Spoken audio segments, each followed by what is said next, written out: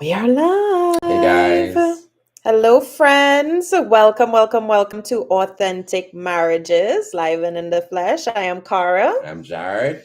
and we are here to talk today about why it is that most marriages are unhappy. Did you know? Yep, yep. Did you know that most marriages find themselves in a place where they are unhappy, Mhm. emotionally disconnected from each other, and basically at a point where you're like, this isn't what I thought marriage was, or this is Right. not what I signed up for.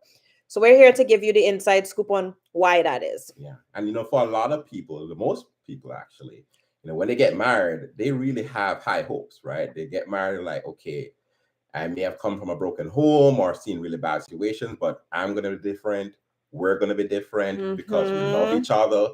We're good Christians. We care about the other person, and we're willing to sacrifice and do all of these different things. And therefore, with using that formula, we're gonna be happy, right? We're gonna be okay. Things are gonna work out the way they need to work out, and that is great. The problem is that for many people, even with the best of intentions, find themselves in a place where they're not happy. And why is that?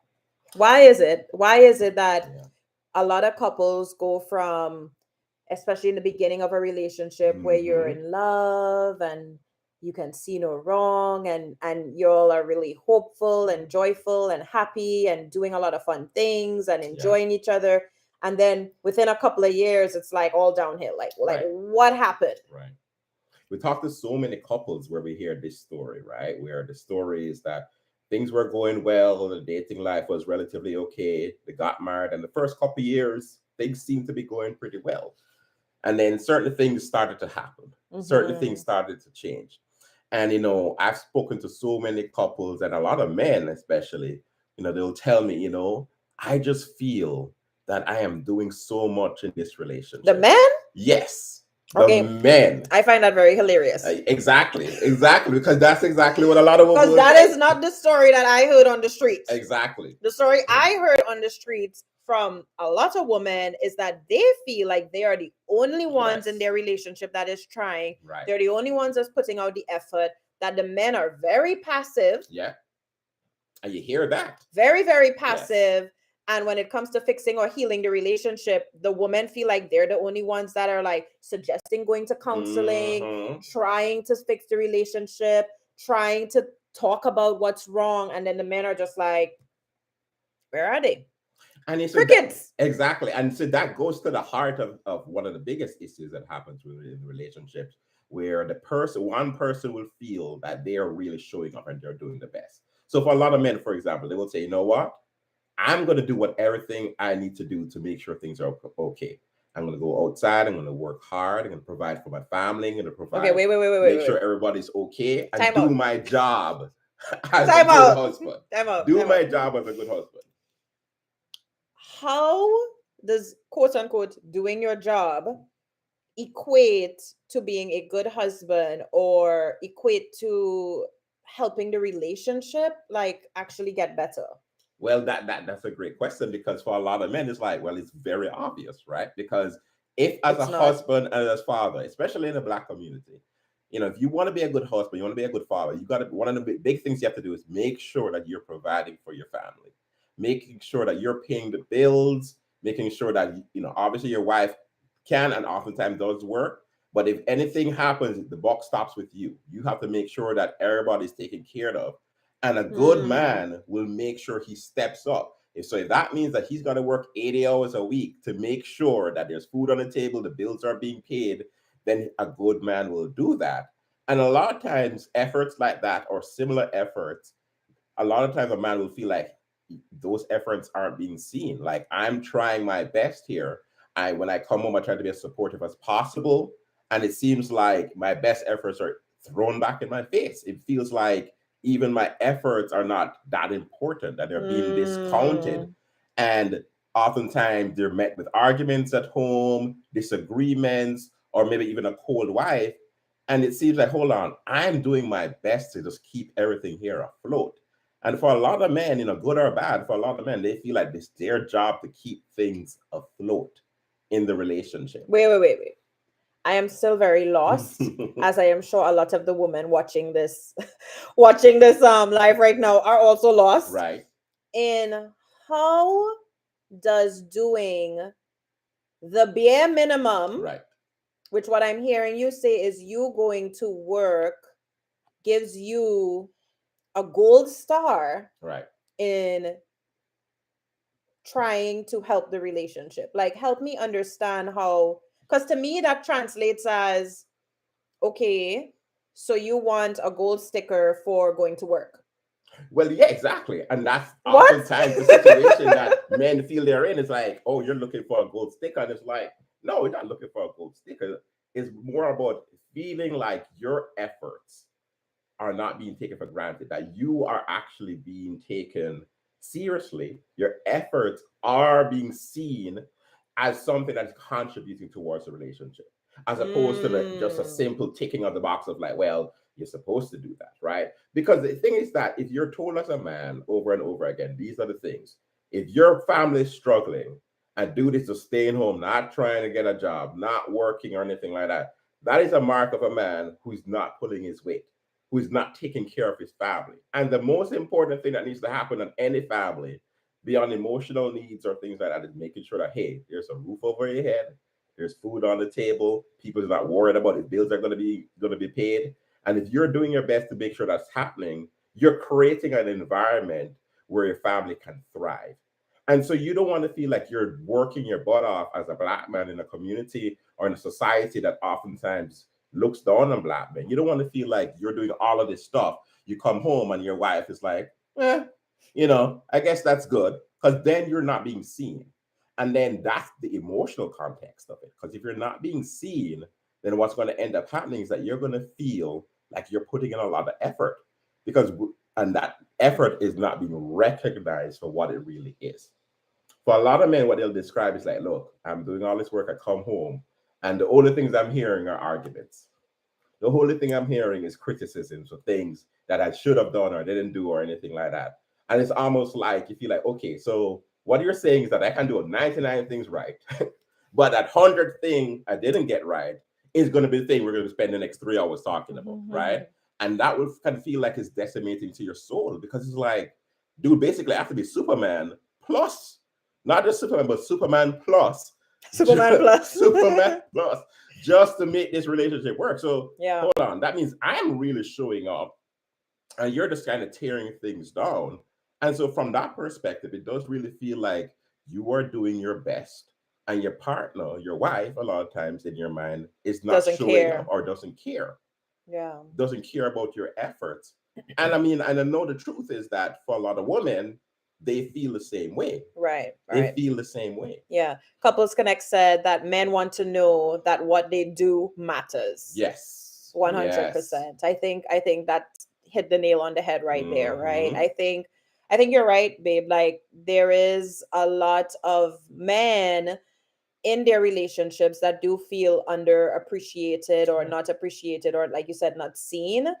Mm-hmm. And I think part of the reason, so I'm going to give the woman's perspective. If there's any women on here, men on here, please, like, put your thoughts in the comments, and let us know what you think as well, in Mm-hmm. terms of kind of like the male female dynamic that kind of comes into play when it comes to relationships, right? So a lot of women feel exactly what you just Right. described, right? I feel like whether they are working, Mm-hmm. whether they are working and raising kids, Mm-hmm. and cooking and cleaning and doing all the things, women feel like we do 1,001 things, Right. and then you'll do like two things, Right. right? Right. Like, I feel like women feel like, okay, if we were to make Mm-hmm. a list, Yeah. right, the amount of brain power that I have to take to manage this household, which includes little things. It doesn't just include, like, like, I think, like for you, you're kind of thinking big picture, Mm-hmm. big things of like providing financially, putting a roof over our head, like those types of things. Mm-hmm. And then women think about all the details Right. that go into that, Right. right? Right. And I think like that emotional energy that is expended goes way unseen, right? It Right. could go from simple things to like, whose birthday is it? Who's Mm-hmm. getting the gift? Mm-hmm. The calendar. who's managing the household calendar, who knows where we need to go, what day we need to go with, what we Right. need to pick up, what we need to get at the grocery store, who is figuring out who in their family is the person that helps their extended family. Right. So a lot of times the emotional burden is placed on the woman. Right. And I don't think it's like necessarily a thing where it's like it's placed on us. I think we assumed that role. Well, that's a And whole other because conversation and right because there. we assumed that role, right? Right. Like we just went into that role and we took over. Mhm. I think, and we do a lot of things that are unseen Right. and that do require a lot of mental and emotional energy, that it can feel like you're doing a lot by yourself. So when Right. I see you go to work and your job ends, let's say your job ends at 5 o'clock. Right. It's like, well, my job never ends. Like my job ends when I wake up the next day. Like Right. it just goes. Like I dream about what it is that we have to do tomorrow, Right. right? So it's like I don't get a break. I don't get to clock out. I don't get to, clock out at 5 o'clock and be like, I'm done. And I think that sometimes that's where a lot of women feel unseen as well in their marriage, is the amount of efforts that they're putting out. I can see both people are walking around feeling unappreciated. Yeah, and then that, I think you hit the nail on the head, because I think what is happening there is this idea that both people are doing a lot, right? And they Yeah. feel like they're doing a lot and they're not being seen, that their efforts aren't recognized. Their efforts are oftentimes unappreciated or underappreciated. And then when you're in a position like that, and you're going to have a lot of resentment building up, where both people are going to feel like, look, I am doing what I need to do to try to make this relationship work, but this other person is kind of slacking on the job. Right. And so we don't see our emotional efforts. We don't see the other person. Exactly. What is it that the other person is doing, bringing to the table? And oftentimes, because it's not the thing that we think they need to be bringing to the table, then it's minimized. It is minimized. And so both people are feeling very hurt. Yeah. Feeling And very unseen. hurt and unseen. Exactly. And now this is the space where discontentment and disconnection breeds. Like it lives in that space. Yes, thrives. It thrives. Exactly. Like it thrives in that space, right? Because what ends up happening is that from there, stories start to be created. Yeah.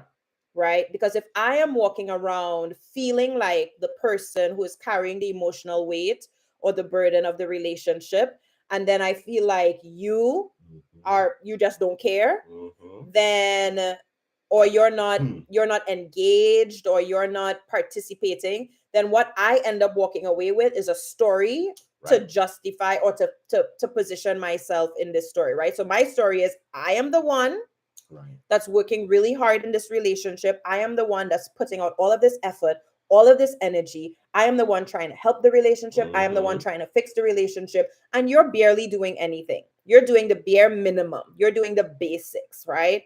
And so my conclusion, or my reason the story that I will make up is that, or I will tell myself, is that you're doing that because either you do not care, you are not committed to this relationship, or you're not committed to me, or I am not a priority to you. So somewhere in there, couples end up making up a story. Each individual makes up a story about the other person's motives and intentions. And that's where it gets dangerous. Exactly. And the incredible thing, is, no matter how many times we hear these kinds of stories from folks, it's just incredible how the power of the mind. That the mind has the ability to create realities that are completely divergent from their partner, right? Where it's just like you're living in the same house, having similar experiences, and the story and the alternate reality you've created for yourself is so starkly different. It's like it's crazy. It's like so crazy how much those stories can differ, and how hard it is to really see that, hold on, perhaps there's a perspective that's maybe a little bit different than my own about what's going on in this situation. I will talk to couples and they'll say, yeah, what you said about the stories, that makes a lot of sense. That is true. But in our situation, it doesn't. It's different, right? It's in different. Our situation, I am seeing the reality of what's happening, and I know for a fact Right. he doesn't care. He doesn't care or she doesn't care. Right. I know that for a fact. Can't convince me otherwise. Exactly.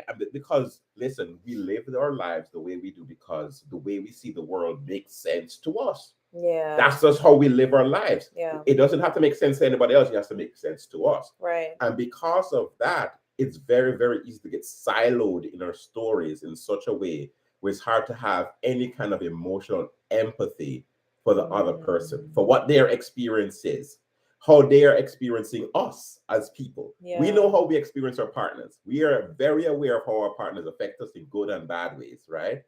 But it is so very difficult for us to see how we affect our partners. Yeah. Especially how some of the things we do may have a negative effect on them. Yeah. It's very hard for us to see that. And so it's very easy to be like, okay, my story is correct. What you need to do is fix the things that you need to fix so that our relationship can be better. And this is the posture that we come to therapy with is like, okay, couples therapist, tell him what he needs to do. Fix him. Because the only way that I would get my money's worth from this session is if we could leave here today with him understanding what he needs to do. Exactly. So can you make that happen? Exactly. Because I've been and that's the posture of like both people, to be honest. And exactly. And a big part of that whole idea and that posture is martyrdom. Like everybody becomes a martyr in their story. Yes. Everybody becomes a martyr in their story. And the victim. And the victim. Like, I am doing so much. I've put up with so much. And it's your time now. Your time to start lifting more and bringing that heavy load in the relationship. So one of the things that I wanted to mention, going back to the topic of like, why are most marriages unhappy? And that's a very bold statement that I am making, right? And the truth is that a lot of couples who get married get divorced. Yeah. Right? At almost 50% of couples get divorced, if not separated. I think when you add the numbers between couples who get divorced and couples who are separated, it's like about 56%. So that's like more than half. That's more than half of couples are either divorced or separated. And it's not like the other 44% are like, our lives are great. Right. Like, nothing is going wrong. Let me tell you what the other right. Let me tell you what the other 44% are doing. So 56% are either divorced or separated. Right. The other 44% are in the space of we're going to stay married for the kids. We're going to stay married for religious reasons because we don't believe that we shouldn't get divorced. Right. We are going to stay married for convenience. Yes. Financial convenience. Where am I going to live, right? Exactly. Like divorce is expensive. Yes. Right. So we're going to stay married for convenience. We're going to stay married because of shame, because of fear of being alone, and sometimes the people are married and there's a lot of dysfunction and toxic stuff that's going on in the marriage, like drinking, drugs, porn addiction, affairs, financial infidelity. Emotional infidelity. There's like a host of other problems that exist, and they're married. They didn't get divorced just because, there were all of these problems, right? And so, but who's happy in that situation? Right? And then you have a large percentage of couples where they didn't experience any of that trauma. They didn't experience any of that, like, affairs or addictions or domestic violence or any of those things. They just experience life. Right. Plain old life. That's what they experience. They experience being a working professional couple who are aspirational, who are, this is what I call the power couple, the power team, who are like really working towards being excellent in their specific field that they are in. And that takes time and energy. Right? Like a lot of couples, when you're getting married, you're in that stage of like career development. And so you are working towards achieving your career goals. You are adding kids to the mix while you're achieving your career goals. And then you're like, where do you have time? Right. Where do you have time or energy to pour into your relationship? And so I think of it as like there's a subtle drift that happens with a lot of relationships. Where they become roommates. Exactly. You essentially Exactly. start to live parallel lives. Like, I'm doing what I'm doing, you're Hmm. doing what you're doing, I'm taking care of my responsibilities, you're taking care of your responsibilities. No one could really say that one person is like, Hmm. not doing their part. But at the same time, I'm not making space to emotionally connect because I don't have the time, I Right. don't have the capacity, or I don't have the energy. And so there's like, it becomes like two ships sailing in the night with like a subtle drift that no one noticed, and the drift just gets further and further apart. And then before you know it, you're like, wait a minute, how did we end up so far apart? Like, how did we end up so, like, just disconnected and detached, Hmm. and even sad and hurt for like all sorts of different reasons, but it's not because something bad happened. And I think for a lot of couples, and this is what I think what people don't realize is that this is the norm. Like this Mm, is the baseline. So it's like going to the beach. You go to the that's beach. very sad, honey. It is very sad. It is very sad. don't And it's also don't very say, true don't because say that this is the this is the baseline. baseline. Because okay, think about it. You go to the beach, you're in the water, right? If you're in a beach that has any kind of current that's happening, any kind of tide that's happening there, right? If you just lay in the water, you don't have to do a thing. All of a Mm, sudden, 5, 10 minutes later, you were in a much different position than you were in when you initially went to the water. And you didn't do a thing because that tide has slowly moved you along that beach or out away from the beach, right? yeah. And that's what happens in a lot of marriages. Oftentimes because we're living our lives and oftentimes we don't give the necessary attention to our marriages when we get married, Mm, meaning that all of the happy hormones that happened when you first got married, it's like, man, this is great. I love you. You love me. it's gone. All those things that were bonding you and keeping you together and allowing you not to see the things you didn't want to see about the person. Gone out the window. When those things are gone in the first 1 to 2 years, what is left is just the marriage, right? And for many people, they're not pouring into their marriages in the way they need to, but they are pouring into their careers, they're pouring into their kids, they're pouring Hmm. into other relationships, and they just assume that, hey, We'll be we're good. good, Yeah. I'm good, Yeah. you're good, I think you're good, I'm happy, you're Yeah. happy, right? And so Yeah. that's the assumption that is made. And because that assumption is being made, you don't see the undercurrent of things that are happening where you're not Yeah. spending time together, you're not continuing to get to know each other, you're not emotionally getting to know each other on a deeper and deeper level each and Yeah. every year in your relationship, where you get to the point now where it's like year 3, year 4, year 5, we're like, I don't feel Mm. like we're connected the way we used to. I don't feel like I know you the way I used to. A matter of fact, there are a lot of things I'm seeing about you and your behavior that I don't like. And because we've never spoken about any of this stuff in any real, meaningful, and helpful way, all we know is that we have developed a story to explain what's going on in a relationship. Yeah. And that story says, you know what? Maybe I married the wrong person. Mm. Maybe this person is selfish. Maybe this person is not as mature as I am. And all of these different Mercy. stories that come up in our heads to describe what's going on, not realizing that, no, this is a process that happened to the both of us Yeah. in front of us. It happened in front of us. It wasn't It like, happened in man, front of somebody us. snuck in the Yeah. middle of the night and messed up our marriage. Like, Yeah. no, this happened while we were both here, but we weren't doing the things we needed to do. Yeah. So one of the things that I want to say before we head out is that, especially if you're a newlywed or engaged or dating or thinking about Mm-hmm. getting married, right? Like, I want to say to like all the people in the early phases of relationship, Yeah. pre-marriage, is that this slow drift that we're speaking about, that is the majority Mm-hmm. of the people who end up in the unhappy category, right? So like, when the people who get divorced, the reason for divorce, like, we often think the reason for divorce must be like this big reason. Right. It must be this, like, it's because of an affair, it's Mm-hmm. because of, you know um domestic violence, abuse, right? Mm-hmm. And a lot of times, really, guys, it's you fall out of love. The slow drift roommate life Mm-hmm. is is the recipe for falling out of love, Mm-hmm. right? So please, I beg you, for those newlyweds who are in Yes. that beautiful, beautiful stage where everything is wonderful and perfect and happy, Mm-hmm. capitalize on that. Yes. Capitalize on that Invest. happiness to build on your Mm-hmm. relationship and to invest in your Mm-hmm. relationship and to pour into your relationship, while you still like each other, right? Exactly. because there will Right. come a point in time where you don't like each other. Mhm. And when you get to that point where you don't like each other, it is incredibly hard to Mhm. find the willpower and the Yeah. motivation to fight for your relationship. Exactly. So, my encouragement to you is to lay a really good foundation. Find yourself, like if you're going to, if you're engaged and you're about to get married, please invest in premarital counseling with Yes. a licensed therapist. Yeah.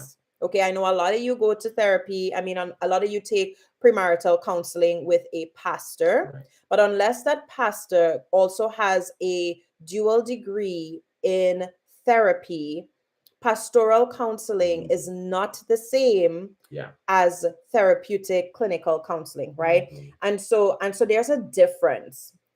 It is not to say you trade one for the other. Right. You do it in addition to, Right. right? Because you're just going to get a whole different experience. Right. Because actual counseling, clinical counseling, forces you to be introspective, forces you to dig deep inside yourself, to become really, really self-aware of Yeah. why you're doing what you're doing, helps you to understand what your triggers are, helps you to understand and identify your past traumas. A lot of Mhm. my clients are unaware of their trauma. They are Yes. walking Yes. around and Yes. navigating the world as though they've never experienced trauma. And Mhm. they start a conversation. This how interview goes.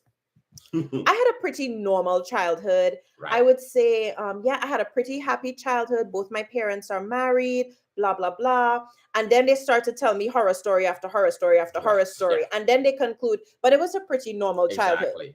I know they'll say I know people with much worse situations And I'm and like, much worse trauma.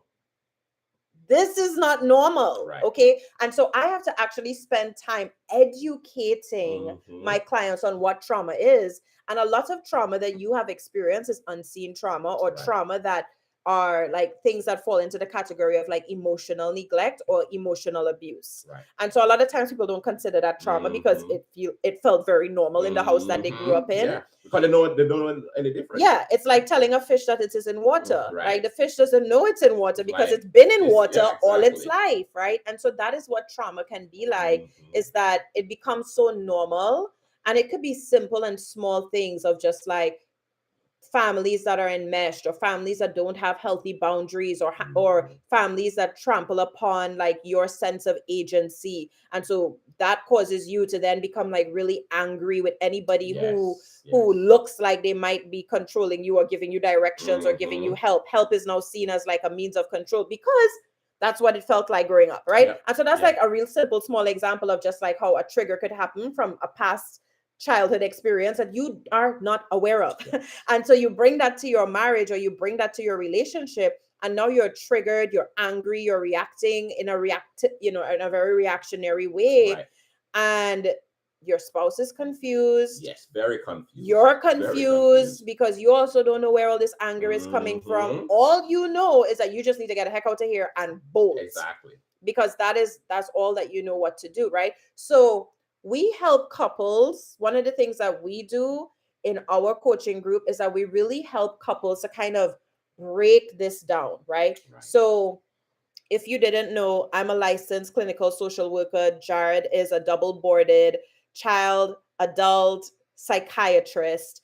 And so we bring together our clinical skill set combined with our spiritual Christian foundation to Mhm. marry the two pieces together to bring a coaching program for couples that is specifically designed to lay a healthy foundation Yeah. for your relationship, so that you can not only be introspective and work on identifying your traumas and Mhm. triggers that may have stemmed from your childhood, but also work on repairing and learning how to just be. Right. It is really it's a different way. It's a way of being, I call it, right? Because a lot of therapists and coaches try to do skills Yeah. based, Yeah. try to do, a lot of coaches and therapists out there try to do like skills based program, like they'll try to like teach you these skills on use I statements. Mhm. I hate I statements with Mhm. a passion, Right. because this is how an I statement can go. I think that you need to get your life together. Right. And because I put the I before it, that means it's diffused the whole thing, and you should be able to hear that I statement. think that you are selfish. Right. I think that you need to go to therapy because you have a lot of work to do. Right. Right. And so I hate I statements. That's just my therapy pet peeve. But one of the reasons why we don't teach couples to do that, and we don't teach couples, we don't give you like a manual, we don't give you like a script, we don't tell you like, say these things to your partner and all will be well, because all will not be well. And that's the thing, because I think for a lot of people, they feel like, well, the reason why we're struggling is that, there's a certain skills that we're lacking. And if we can get equipped with those skills, those communication skills. Please give us the tools. Right. Then, give us the tools, and so we'll be able to figure it out. But listen, if you're a professional and you've gotten anywhere in life, you probably already have all the communication skills that you need. You do. That's how you were able to keep your job and maintain a career of any kind, because the tools are in you. You have all of the tools, and you probably use them every single day at work. You probably have difficult co-workers, difficult bosses, and you know how to navigate all of that stuff. Yeah. It is not a lack of skill. Right. It is not that. The issue is that for many of us, we don't understand ourselves emotionally. Like, that is a skill in terms of, you're talking about, if you want to call it a skill, that is something that's really deficient from our society in general. Yeah. Many, many people grow up in homes, in well-meaning homes with loving, caring parents who don't necessarily teach their kids how to understand themselves emotionally, to understand what it is that they need emotionally, and most importantly, how to communicate those needs. Right. How to ask for the things that you really need. If you're a human being, you have emotional needs. Point blank. There is no such thing as a person without emotional needs. Yeah. Then you're not a person. Yeah. You have emotional needs. We recognize it in kids, that kids have emotional needs, and we don't look down on them for having those needs. They're a kid. They need hugs. They need you to pay attention to them. They need all these kinds of things, and we give it to them because we know they need it. Guess what? Those needs don't go away when you become an adult. They just become a little bit different. They may be a little bit harder to identify, but they're very much there. And our coaching group really helps people to understand, okay, what is it that I need in this relationship? What do I need to communicate to my partner? What are some of the things that went wrong in my life that caused me to have certain triggers that I'm unaware of? What are those triggers? How can I communicate that, hey, when I got really upset at you when you didn't wash the dishes, this is what was really going on. Yeah. And that's just, listen, okay, that is something that an I statement can never get you there. Yeah. So if somebody's teaching you to use I statements, please run. Right. Run for the hills. Right. Because it will not help you get to that emotionally deep place, that emotional place of vulnerability and emotional safety that is needed in order to have these emotionally corrective experiences with each other, to bring about healing, to bring about restoration, to bring about understanding each other and being able to hear each other without being triggered, without flying off the handle, without getting into a negative conflict cycle. Like, I think a lot of therapists and coaches offer things to stop the cycle. So, like, I think there are practical things that we do, and we say that, call a timeout, take a break. Those are absolutely practical steps that you can take to stop the negative cycle. But that is the beginning. Right. Not the end. No, exactly. Right. Like, a lot of couples feel relief from just being able to stop the negative cycle, because the negative cycle is so distressing. They will say, hey, we're not arguing nearly we're as doing much. So good. Oh my God, this feels so good. Not to argue as much. Peace and quiet. I feel so much better, which is great. But the problem is that the big missing component to that, and the key component that's missing, is that you still don't get each other emotionally. Yeah. You have stopped a battle. Yeah. But it's like an armistice. An armistice is when two people say, or two conflicting sides will say, you know what, let's stop fighting. Great. Armistice is great because maybe you'll stop more damage. The problem Right. is that you still don't understand the other person on the other side. You Exactly. don't get them. That requires, for a true That peace. requires depth, Exactly. peeling back the layers. It Exactly. requires creating a space where both of you are a safe space for each other so that you can be emotionally vulnerable, so that you can Mhm. access these parts of yourselves that are scary to access, right? And so those are the types of things that we teach in our coaching program. Like, we don't do the whole like I statements thing. We don't give people rote handouts to like, Right. have these like conversations, because in real life, It doesn't when work that real way. triggers happen, Doesn't work you're that not way. going to pull a handout and be like, okay, let me go to my script Mhm. and do this, right? Like, that's not how real life works. Exactly. And that's why a lot of times people get frustrated with couples therapy. And to be honest, there's just different types of therapies. Mhm. So I want to encourage people who have tried couples therapy and felt like it didn't work to know that there are different types of Right. therapies. And the one type of therapy that I would ask you guys to look into is emotionally focused therapy, EFT. Find a couples therapist who specializes in They have EFT, gotten and training. they will help you to dig under the Mhm. surface. They will help you to get to a deeper level. And so I'll give you kind of like a small example of what I mean.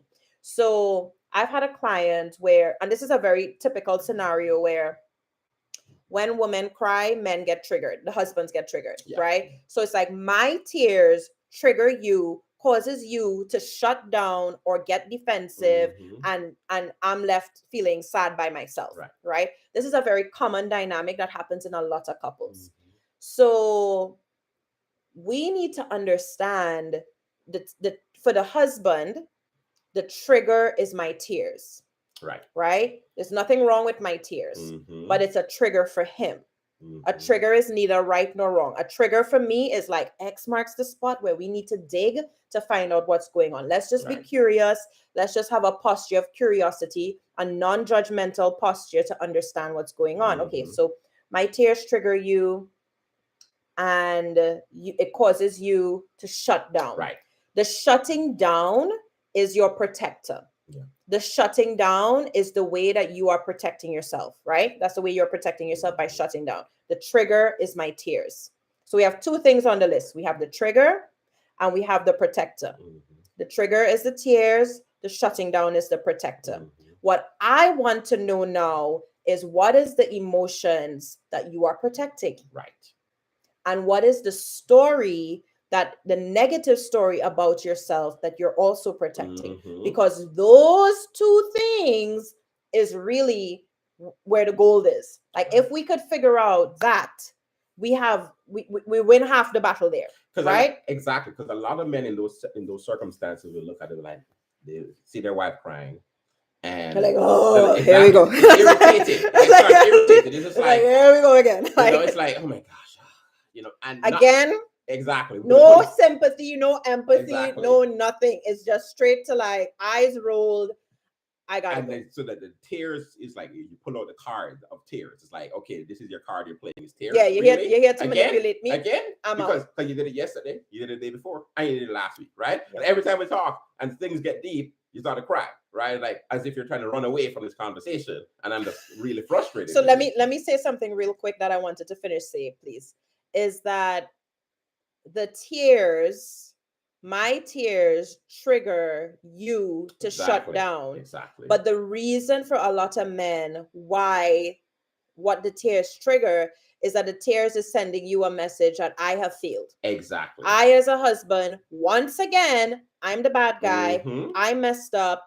I'm a failure. Mhm. I'm failing as a husband. And those are the messages that produce shame, that produce guilt, Mhm. that produce fear of failing in your marriage, fear of failing as a man, fear of being just a failure or a complete embarrassment to your family. So all of those things get Exactly. triggered in a split second. second. And 9 out of 10 times, the husband is unaware. That's all of those things that he's experiencing. Unaware that this is what is happening. Exactly. All he knows is that you, wife, Right. causing me to feel this way, Right. and I'm out. I don't want to hear it, because Exactly. all you do all day long is tell me how bad I am. Exactly. or how terrible of a husband I am, or how much of a failure I am. And mind you, the wife is not using any of those words, Right. but that's what the tears mean. Right. That's what triggers do. So triggers are benign things that are loaded Right. with a lot of meaning and a lot of emotion. And so my point in this whole story was so that if your therapist has not been able to draw this out for you and make this clear, please find an emotionally focused couples therapist. Right? Like that's my point in that. The point of the illustration was to show you that something as simple that is a presentation that is very typical in a lot of relationships, you should walk away gaining some clarity into what is happening, right? Like when I cry, he just shuts down. And then I feel abandoned and rejected and alone. And I am left by myself. Yep. And I start to think he doesn't care. I start to think he doesn't love me. And I start to dig myself into a deep tunnel feeling like I'm in this marriage by myself. Exactly. I'm in this marriage all alone because I cry and he is off to the hills, right? Meanwhile, your husband sitting right next to you is having a completely different emotional experience. And his emotional experience is your tears triggered something inside of him that sent him a message that he's a bad guy, that made him feel just the same way he felt when he was 12 years old and he was that bad kid in school, and he's been running from that I'm the bad kid all of his life. He's been running from the disapproval of his mother or the disapproval of his father all of his life. He has been running from constantly being criticized and constantly being told that you are less than, you, that you will amount to nothing, that you are nothing. He's been running away from that all of his life. And here you come with tears that's now bringing him back into that place emotionally, unbeknownst to him and unbeknownst to you. But guess what happens when we start to make these hidden things really, really clear is that you guys are then able to start to see each other behind the stories that you've told yourself. So the story I told myself is you don't care. Cold and unfeeling. But imagine you have gotten to this place where now the conversation is, babe, so yesterday when I like ran away and I shut down and I left, the reason why I left was because I was triggered and it took me back to that like place of trauma, or it took me back to that place where like I felt like a failure. And whenever I feel like a failure, I feel an overwhelming amount of shame and an overwhelming amount of fear. And I'm just running from that feeling. I'm not even running from you. I'm just running from the feeling of feeling that shame and feeling like that. Can you imagine the difference that makes when you are able to have a conversation like that versus a conversation that would typically be like, oh, okay, I guess he don't care about me. So here we are. Fix him. And that's the big thing, right? The big thing is that was just a small encapsulation of a lot of the things we get into in our groups. And one of the reasons why the group is so good, I think, because in couples therapy, especially EFT couples therapy, you do that kind of work. You do that kind of work all the time, right? The great thing about the group is that you can get a lot of these breakthroughs in a much more accelerated fashion. Why? Because couples therapy is really helpful, really good, and we recommend it for pretty much anybody who is struggling in their marriage. Or not struggling. Or even not, and you just want to make your marriage better, right? But it takes time. It takes a good amount of time to kind of work through a lot of those things and to get a lot of those insights for a lot of different reasons. The coaching group allows you to really be able to dive into a lot of these things in a more accelerated way so you can get more breakthroughs faster, because for some people the frustration with couples therapy is that it's slow. It's slow. It can take time. It is, and it is slow because 6 to 12 months at least. Exactly, because emotions are complicated. We are complicated, but the format of the coaching group allows us to be able to break through some of those barriers faster, so that you can get results quicker, so you can get your marriage to a place where it's like, you know what, we haven't fixed everything, but I feel a lot more hopeful about how we can turn things around because I understand you so much better. And we are actually starting to have the real conversations we need to have that makes us feel closer. Because the great thing about having conversations about even arguments, if you have a really good conversation where you're getting deep emotionally about why you had an argument yesterday, is that after that conversation, you feel so much closer to your partner because you understand them in a way that you didn't before. And it allows the big thing to come out, the big E. And what's that called? Empathy. For a lot of people in marriage, their empathy for their partner has gone, has disappeared. And because of that, you don't have the fuel necessary to work through the difficult things. But the more of these conversations you're able to have is the more empathy you can start to develop towards your partner. So even when everything is not perfect, because life is hard no matter what, even when things aren't perfect, you have this well of empathy that you have developed because you've been having good conversations that have dug really deep into your understanding of yourself and your partner. Yeah. So you guys tune in for next year when we will launch our couples cohort for our next Power Couples coaching group. And so we are starting a wait list right now for couples who are interested in joining our cohort for next year. 2023 should be the year that you gift yourself a new and renewed marriage, one that you deserve to be happy in. All right, guys. Well, thank you for joining us. All right. And if you're catching the replay, drop a comment drop me a line in the comments so that I know that you watched the replay. And feel free to shoot us a DM if you would like us to talk about specific topics, or if you have a question that you would like us to address, and we will address it in one of our lives. All right, friends. Take care. Good night. Bye. Have a good night.